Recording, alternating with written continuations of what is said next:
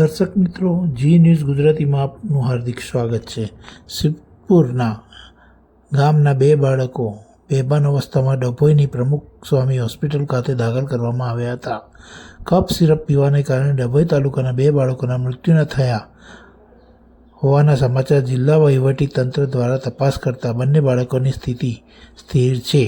સારવાર આપ્યા બાદ હોસ્પિટલમાંથી રજા અપાઈ છે. આરોગ્ય અધિકારી ડૉક્ટર મીનાક્ષીબેન ચૌહાણ જણાવે છે કે સિદ્ધપુર ગામના બે બાળકો એકની ઉંમર 2.5 થી 3 વર્ષ, બીજાની ઉંમર 5 થી 6 વર્ષ માતા પિતા સાથે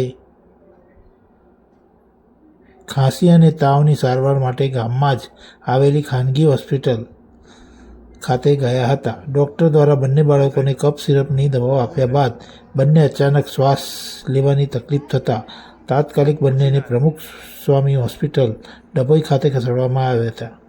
પીડિયાટ્રિક તબીબોની ટીમ દ્વારા તાત્કાલિક સારવાર અપાતા 10 થી 12 કલાકની સતત સારવાર આપતા બાળકો સંપૂર્ણ સ્વસ્થ થયા છે અને રજા અપાઈ છે.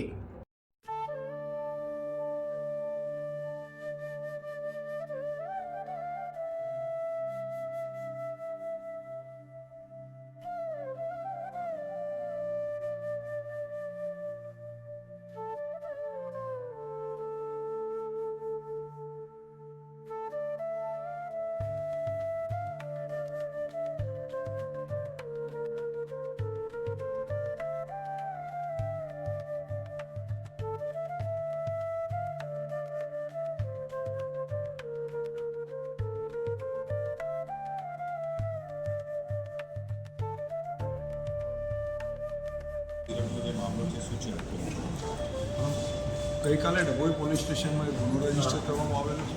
એમાં BNS 125 અને મેડિકલ પ્રેક્ટિશનર એક્ટ 30 અને 35 મુજબનો ગુનો THO નીલકમલ ડૉક્ટર સાહેબે આપેલો છે.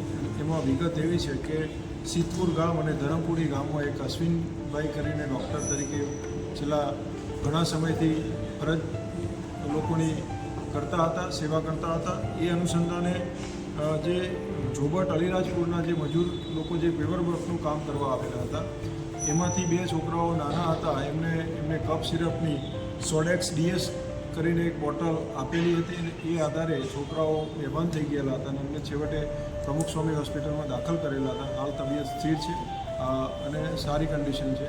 એ આધારે જે THOએ તપાસ કરી અને એ અનુસંધાને ગઈકાલે ડભોઈ પોલીસ સ્ટેશનમાં ડૉક્ટર વિરુદ્ધ ગુનો રજીસ્ટર કરવામાં આવ્યો છે.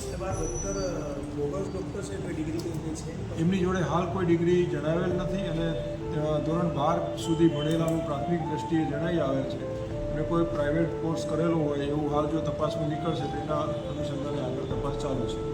આ સિરપ આપવા માટે એને કોઈએ પરમિશન આપતું કે બધું આ મારી સિરપ ચલાય બજારમાં મને કંઈક આપી છે એટલે કંઈ શું મળતું હતું એને કંઈ એ જે એઝ એ મેડિકલ પ્રેક્ટિશનર ગામડાઓમાં જે ડૉક્ટરો દવા કરતા હોય છે એ અનુસંધાને લાઈને દવા કરતો હતો. હાલ એવું તપાસમાં જણાઈ આવેલ છે.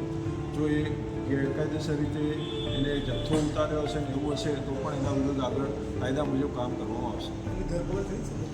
કાલે જે આમાં 125 BNS 125 મુજબ સજાની જોગવાઈ પ્રમાણે એને નોટિસ આપેલી છે અને પૂછપરછ માટે પણ હાલ બોલાવેલી છે. સાહેબ, સવાલ એ છે આ સોલેક્સ DX નામની જે કફ સિરપ આવી છે એ હમણાં જે ઇસ્યુ થઈ રહ્યા છે એ જ કંપની છે કે અલગ કંઈ કંપની છે?